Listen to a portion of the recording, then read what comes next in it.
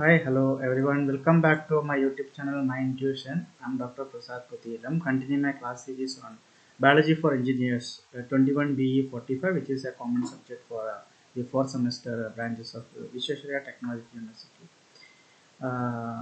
Continuing my class on Module 3. This is my book work that I mentioned as Chapter 3. So it is Module 3 in your syllabus. In that third topic, that is muscular and skeletal system as scaffold. Actually, I split it into two: muscular system as scaffold, as well as uh, skeletal system as a scaffold. So I'll continue the class separately for muscular system as well as skeletal system. Enough materials are available, that's why I split into two. Okay, so muscular system as scaffold. You know the use of muscular system.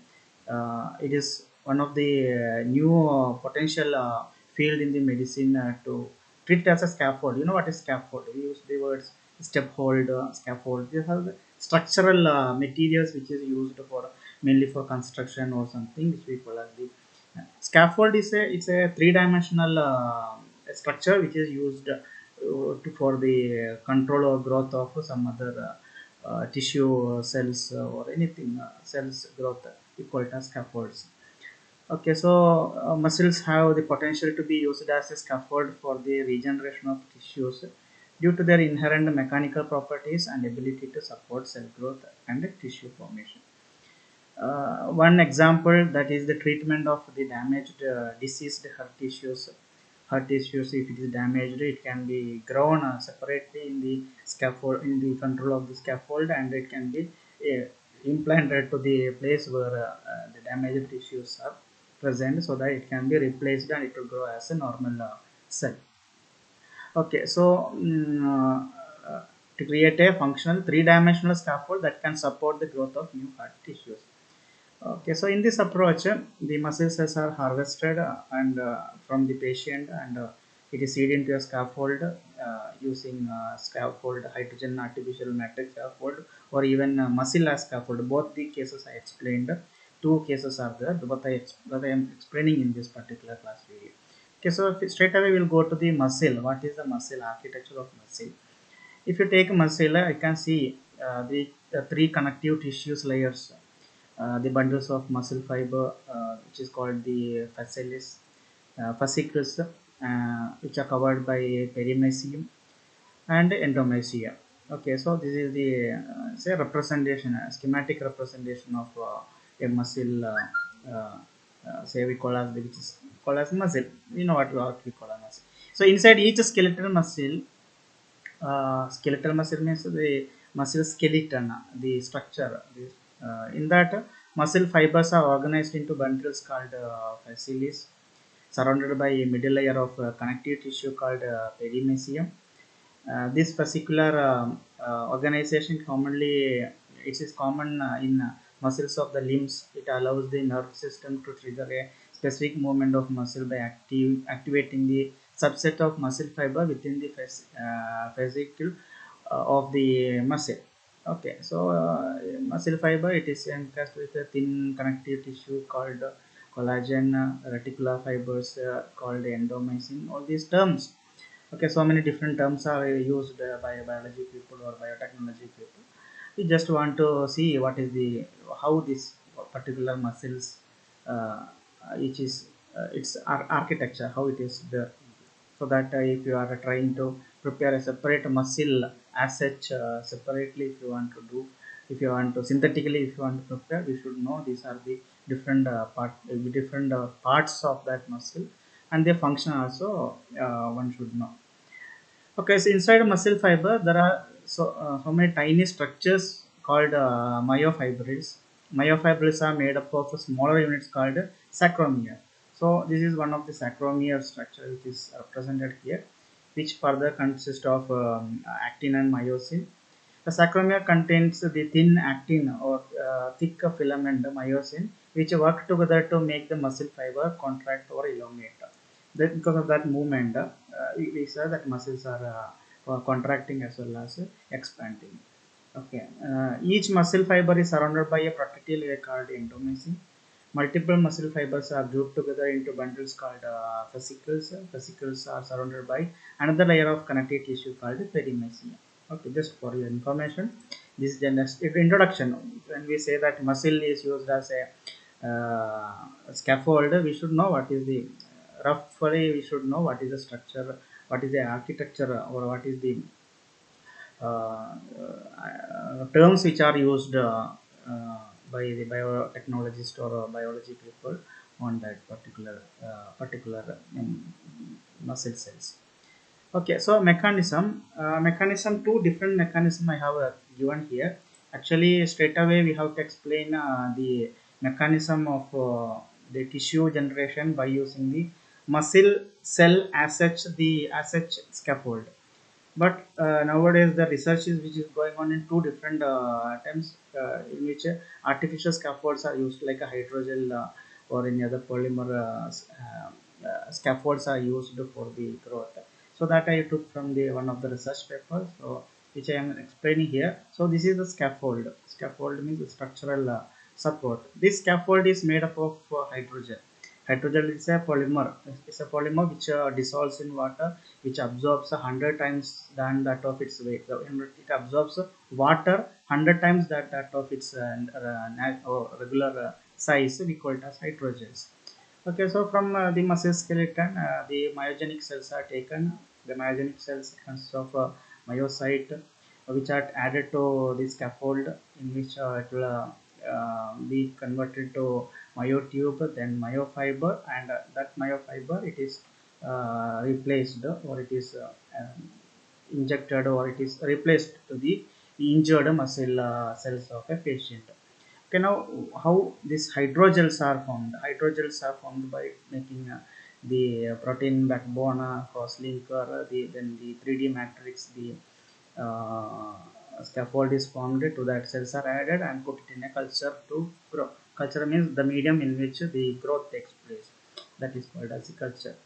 The basic steps involved in this type of tissue generation, that is given here. Harvesting of muscle cells. Muscle cells are typically obtained from a patient and isolated and expanded in culture, because each person's cells will be different. Okay, we cannot take others cell grow and replace it, then there may be some mismatch between the patient cells. So patient cell only is taken most of the cases, and it is treated, or it is further grown. Okay, so seeding into scaffold. Now the taken patients, the uh, muscle cells which are of good nature, they are further added as a seed into the scaffold, which is a hydrogel or artificial matrix. The scaffold which provides the framework for the cell to grow and differentiate into new tissues. So the differentiation and tissue formation is done, in which into a specific cell type it is formed, and muscle cells or heart cells are formed. It begin to organize and form new tissues such as heart tissue or skeletal muscle tissues. Okay, so they will grow by themselves. They know how to multiplicate. Okay, so those cell inside the cell will multiply, and it will convert into the required tissue. Okay, the implantation into the patient, the scaffold and cell are then implanted into the patient to promote the growth of a new functional tissue. So here tissues are generated, but it is not functioning as such. When it is added to the body or added to the biological system, the human system or any animal system, then it will start functioning. Now, if muscle is can be used as a scaffold, muscle cell as such it is used as a scaffold. We call it as extracellular matrix. This structure which is used for muscle. That's actually a decellularized muscle scaffold. The cellulose particle present inside the muscle cell, they are decellularized. It is removed. Once it is removed, then it becomes a structure as such, the muscle structure. So that structure itself is used for the growth of tissue. So this represents, so here it is written extracellular matrix. So this is the extracellular matrix. This is the scaffold used. To that the required cells are added, and it is grown in presence of a cell membrane or in the natural system, so that the uh, new tissues are formed. The process is explained here. Harvesting muscle tissue. A small sample of muscle tissue is taken, directly from a donor or animal model, and the living cell within the muscle tissue are removed using a process called decellularization. This involves treating the tissue with specific chemical solutions or enzymes that break down and wash away the cellular components while preserving the structure, the skeleton as such, the muscle structure skeleton it will remain, means the scaffold it will remain. Now the ECM scaffold, the remaining ECM which forms the structure of the muscle is now a scaffold. It consists of proteins such as collagen, elastin and other molecules that provide support and signal for tissue growth. Seeding cell. The decellularized muscle scaffold is then seeded with the desired cells, which can be a stem cell or a specialized cells relevant to the type of tissue being generated. The cells are introduced into scaffold, allowing them to match and populate structure. So a new term introduced, that is stem cells. Stem cells in every animal, every living system, there are two types of cell: natural cells, which is doing the function, doing the specific function given, and there are also stem cells, which are actually an extra cell which is there in emergency cases. It will replace the cell which is damaged cell. It will be replaced by the stem cells. Okay, so for a biotechnologist, it is easy for them to identify the stem cells and the normal cells. Stem cells have different, little bit different shape as well as a function. Therefore, it is easy for a biotechnologist to identify it, and they will use the stem cells as a seed cell here. Okay, so tissue growth. Over time, the seed cells proliferate and differentiate, meaning they multiply and transform into specific cell types required for the desired tissue. Okay, then further the tissue integration takes place. Uh, it will tissue will integrate with the surrounding native tissues, gradually replacing the decellularized scaffold with the functional regenerated tissue. Okay, so that's about the usage of muscle cell as this scaffold. How does it work? Okay, a simple concept. Only one or two terms which are new to me. Okay, some people who already studied the biology subject as me, for them it is very easy to understand. Others, I try to explain in a different way. Even I'm not a specialized biotechnologist, but I studied biology. Even in my master degree also I studied. I did some research on this type of work also. So I know some of the terms better. But I am not a biotechnologist as such. I am not done much research on that. Little bit I know about that. Okay, so this approach has the potential to address challenges in tissue engineering, such as creating suitable and further growth, promoting vascularization, facilitating functional integration of regenerative tissues, etc. General explanation. Now, bioengineering solution for the muscular dystrophy. Okay, so these type of scaffolds, the tissue generation, all these are mainly focused for this particular disease. Okay, dystrophy. This is one of the major uh, disease that related to the muscular dystrophy. So it is represented here a normal muscle, how it the shape and how it elongates, the size of the muscle, and can compare with that of muscular dystrophy, that is weakening. Okay, so muscular dystrophy is a group of genetic disorders that results in progressive weakness and degeneration of the skeletal muscles, which are responsible for the movement. Okay, so the disorders are caused by mutations in the gene. The gene may get mutated. Mutated means get altered because of the environment present there, or because of the, yeah, mainly because of the environment present there. To survive, those tissues cells will undergo mutation, or in presence of any other cells, say virus cell or something, it will undergo mutation. Mutation is changing the nature. The gene nature changes means then it will not give the normal function which was it's supposed to do. It will be giving some other function. So the mutated genes or mutated cells has to be replaced. Okay, so most common type of muscular dystrophy is the chain muscular dystrophy. Then we have Becker muscular dystrophy, limb girdle muscular dystrophy, fasciocapitulohumeral dystrophy, among others. So one by one I given one paragraph each to understand these terms. Okay, so Duchenne muscular dystrophy, that's called as DMD. It is usually appeared in childhood between the ages of 2 to 3.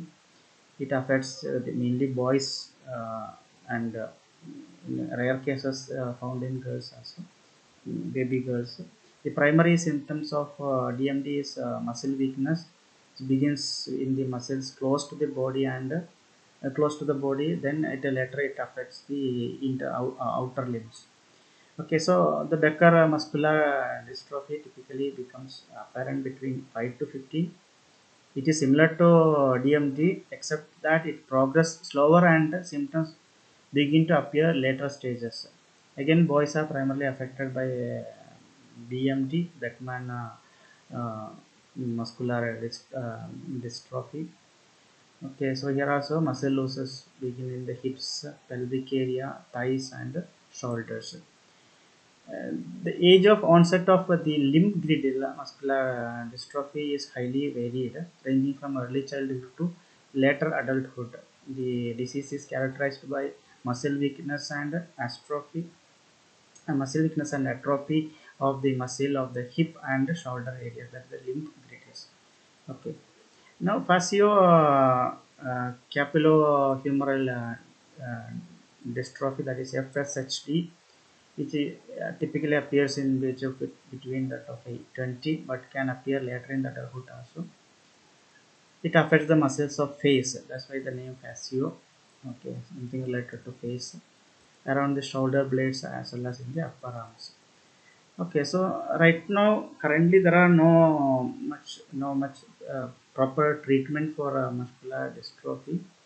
Various treatment methods are available like physical therapy, assistive devices, orthopedic surgery, medication to manage muscle spasms and pain. In some cases, genetic therapy, stem cell transplantation, all are done. Okay, let's click one by one. Okay. So, solutions, bioengineering solutions. Bioengineering solution for this muscular dystrophy aim to improve the lives of individuals affected by disease by addressing the underlying genetic mutations and muscle weakness. Some of the approaches are like gene therapy in which the mutated gene or the dead one, it is completely replaced with a new gene. The gene is added to the cell in which either the required gene is missing or if it is mutated, the required gene it is injected to the cell, then the gene will start will start doing its work. Okay, it will do the work which is assigned to that particular gene, and it will reproduce whatever rest of the muscle cells. Stem therapy, stem cell, I have already explained. The stem cells are not the normal cells. Our body has got two types of cells: normal cells, which is doing its specific function, which is told to them to do. Stem cells are the what is called the extra cells which are present in our body system, which are always ready to replace if any cell is damaged. Immediately the stem cell will take that position and it will start functioning as a normal cell. Okay, so it involves using the stem cell to replace the damaged muscle cells and promote repair and regenerate the muscle tissue. It can be taken from the patient's own body or from other donors. Exoskeleton technology. Uh, it involves using wearable devices such as the robotic exoskeletons to support the enhance the movement of individuals with muscular dystrophy. Devices use motor sensors to mimic the movement of the wearer and help to improve mobility. That means we are using artificial devices, something which is artificial, which is implanted, which will do the same work as that muscle has supposed to do. Tissue engineering. Here we are explaining that muscle scaffold application comes here. Tissue engineering means we are making the tissue which is damaged to grow the tissue itself is grown by either using artificial scaffold or using the muscle cell as a scaffold, and the growth is done. Okay, so that one is already explained here how that is done. That is ECM, or as well as the hydrogel based scaffolding system. Both will can be used as an alternative to replace the muscles which are affected. The muscle which are affected we call it as muscular dystrophy. So it can be a solution for the muscular dystrophy. Now artificial muscles is also an interesting topic. Artificial muscles which refers to the artificial muscles that is mimicking the artificial naturally grown muscle. It can be made from various materials which include shape memory alloys, electroactive polymers, carbon nanotubes. All these are my topics of research. Okay, including carbon nanotubes, electroactive, shape memory. As I did some little bit of research on that. Okay, shape memory alloys are materials with the ability to remember and recover their original shape even after being deformed. But that means this particular material, if you from the normal state, if you deform it, okay, if you deform it, over time period it will come back by itself. Understood. Okay, so if you deform it, it will come back to its original shape. That is called as the shape memory. It will remember its original shape and it will come back. It depends upon many factors. Some shape memory alloys material work on based on temperature. At a different temperature we can reshape it. When it comes to the normal temperature it will come back to the shape. It may be pH dependent, it may be many other dependency are there that we can go in detail later stages. Okay, so these shape memory alloys, best example it is given is nickel titanium. They are commonly used in artificial muscle application. When exposed to heat or an electric current, they undergo a phase transformation and enable them to contract or generate forces which properly makes them suitable for mimicking the muscle-like movement in a device such as a prosthetic or robotics and actuators. The unique combination of shape memory and super elasticity in shape memory alloys provide excellent mechanical properties and durability for artificial muscle applications. Okay, so generally it is explained with one example. Nickel titanium can be used. Electroactive polymers, that is polymers which are active in presence of electric field. They are called as active means it will do some shape changes when an electric field is applied to that, like a polypyrrole or polyacrylonitrile, uh, which will change their shape or deform or expand based on the electricity which is provided or current is provided. There are advantages for artificial muscle application due to their lightweight nature. They are very flexible. They are biocompatible. Biocompatible means they are compatible with our biosystem. It will not disturb our biosystem. It will not be attacked by our biosystem. They will work together. That we call as the biocompatibility. They can be designed to contract or expand in response to electrical signal, enabling precise control and mimicry of muscle-like movement. Okay, it can be used in soft robotics, haptic devices, biomedical applications, etc. Carbon nanotubes, CNTs. They are the cylindrical structures composed of carbon atoms, exhibiting exceptional mechanical, electrical, and thermal properties. They possess high tensile strength, are highly conductive, making them suitable for artificial muscle development. Okay, so research is underway to optimize CNT material artificial muscles.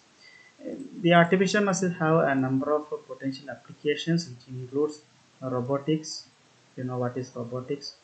Prosthetics. Prosthetics are the devices which will replace our body parts. Biomedical devices again, which is as a heart assist pumps or artificial hearts, then used in textile and clothing applications, so that we won't feel that we are wearing a cloth, we feel that it is our skin only. Okay, so that much comfortness we will get if you use artificial muscle or these type of materials if you use, and application if its application is there. Okay, so that's about muscular system as a scaffolds. Okay, so I just explained what is the muscles, different terms involved with the muscles, the structure of muscles, then the different functioning material like the myosin actin, which are very important, actin and myosin. Then the two different mechanism using artificial scaffold in which muscle tissues are grown, or using muscle as such as scaffold, and various other tissues are grown inside using that structure, scaffoldings. And the application mainly in muscular dystrophy, explain what is muscular dystrophy, and also explained the different methods used for that, and as well as tissue engineering with the scaffolding. Hope you understood this topic little bit at least. Uh, if you understood this topic, or if you comfortable with this one, please do subscribe to my YouTube channel. Uh, Forward this video to as many as possible. Put a like button, and any comments if you want you can put there. If it is genuine case, if I need to attend, I will attend that one. Once again, this notes material, notes of this the same PDF note, the link I will be giving to the, it will be there in the description box, so you can download from there. So once again, thank you very much.